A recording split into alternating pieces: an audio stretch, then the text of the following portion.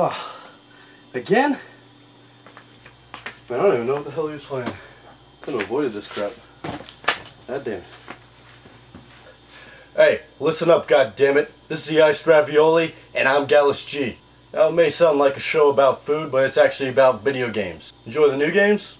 You're welcome here. Enjoy the old games? You're welcome here, and I might need to give you a hug. If you think buying a brand new Wii game for $20 looks like the cover was done by children is a good investment, then get out! But if you're into that and you want an education, stick around. Now, I love new games, but I've got a greater love and respect and get much more enjoyment out of old games. A time where sequels were imaginative instead of being the exact same game with brand new environments. A time when bits described the power and sprites were used to make the games. It's great to see that developers and publishers are now showing respect for the past by releasing the games via the WiiWare Virtual Console, PlayStation Network, and Xbox Live Arcade. Now, they have touched on many classics of the past, but how can I say this lightly? Well, I'm going to go really light here. They've just simply dropped the ball way too many times. For instance, the half-assed emulation of Double Dragon on Xbox Live Arcade, the low-budget Golden Axe revival, or sequel, or whatever the hell they were going for with that, with Beast Rider, and the Turtles in Time 3D remake that apparently we were all calling for. It's bullshit, and I hate them for it. Good job, Ubisoft. Now, myself, as well as most of you, just aren't sure as to why. I'm not sure whether they're too busy making more shovelware because it's cheap, or making more crap games. Maybe they're just not caring to listen, or maybe they're just too lazy to try and take a chance with. I am here to help them find out what classics of the past they need to touch on. As you're about to find out with this first segment of Iced Ravioli.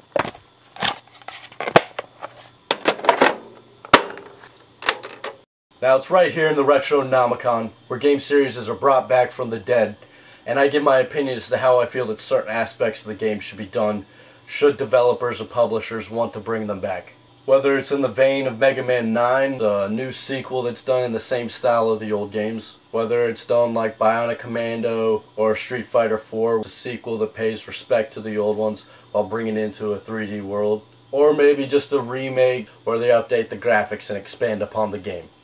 Now, here we go. Now, back in 1993, there was a brutal conflict going on between the troops of Moronica led by General Chaos and the troops of Viseria led by General Havoc in the real-time strategy game General Chaos, published by Electronic Arts for the Sega Genesis Mega Drive. It's a classic of the genre that simply does not get the respect that it deserves. Now, this game is a no bullshit, complete nonsense affair. Let's fire it up. Now, obviously, before we start the game, we gotta go to the menu. Now, it seems pretty bare bones, right? Wrong. It's perfect. This thing just wants you to get into it right away and just start killing some people. Now, you got yourself one player, which is campaign, two players head-to-head, which is versus, two players side-by-side, which is cooperative. Get yourself boot camp, which is training, and then two blanks, which I imagine is 3 and 4 player. Now, with 3 and 4 players, it's a feature I've yet to experience because of, wait, come here a second, damn it. Come here, damn it. Let's see. Alright, now, this sucker right here is the Sega Genesis brand 4-way player adapter.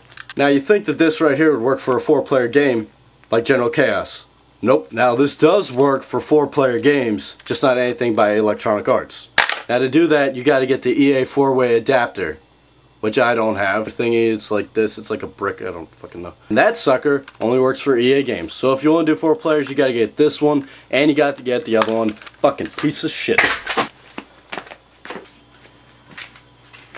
Now, in the game, you personally control 5 soldiers if you're doing 1 player, if you're doing head-to-head. Then you control 2 if you choose to be commandos in 1 player, which I don't advise, or if you're doing side-by-side with one of your buddies. Now, for all the modes, 5 versus 5, 4 versus 5, 4 versus 4. Now, the point of each match is to kill the other team as quickly as possible with any of the 5 classes at your disposal.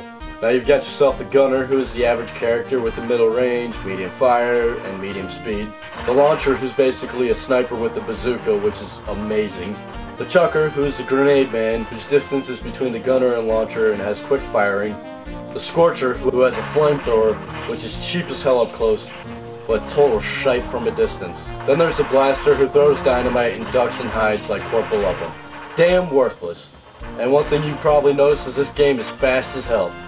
Sweet, alright, let's freeze it right there. Now close combat is one of the more memorable factors of the game. Two soldiers get into a rumble until one of them is knocked out via kicks or punches in 3 areas as everybody else spectates. Get hit in the head, the chest, and huevos. Glory. Or maybe the other guy will be a pussy when you knock him down and shoot you in the gut. Bullshit!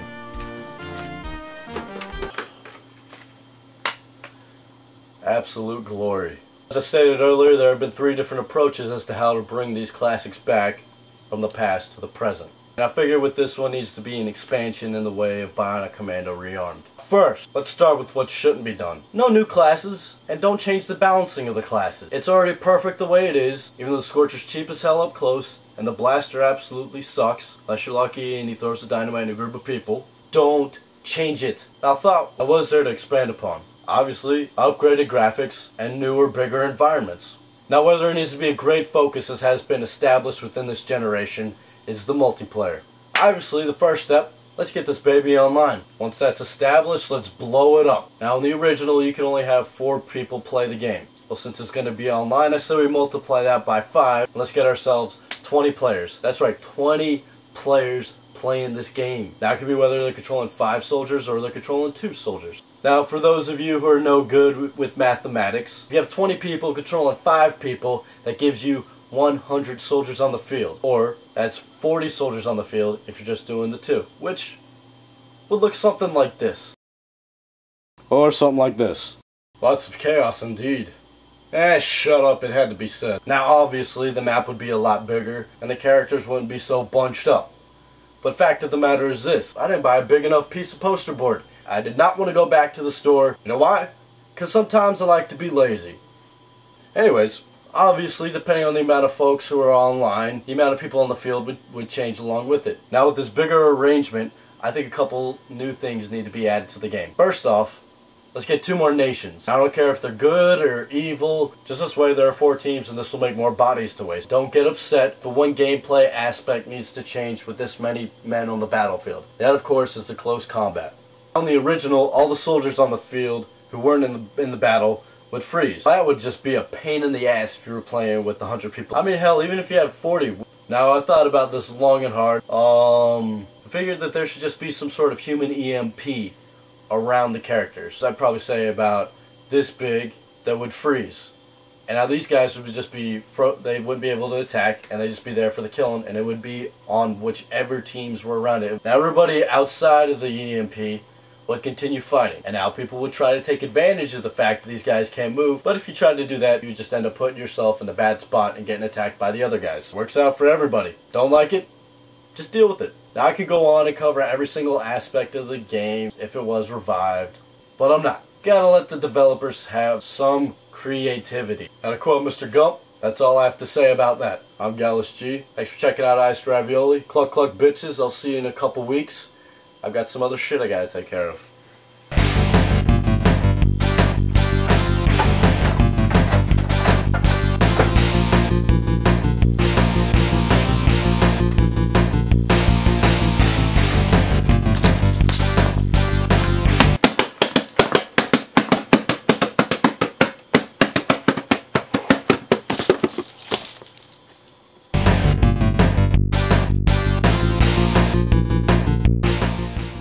Damn it.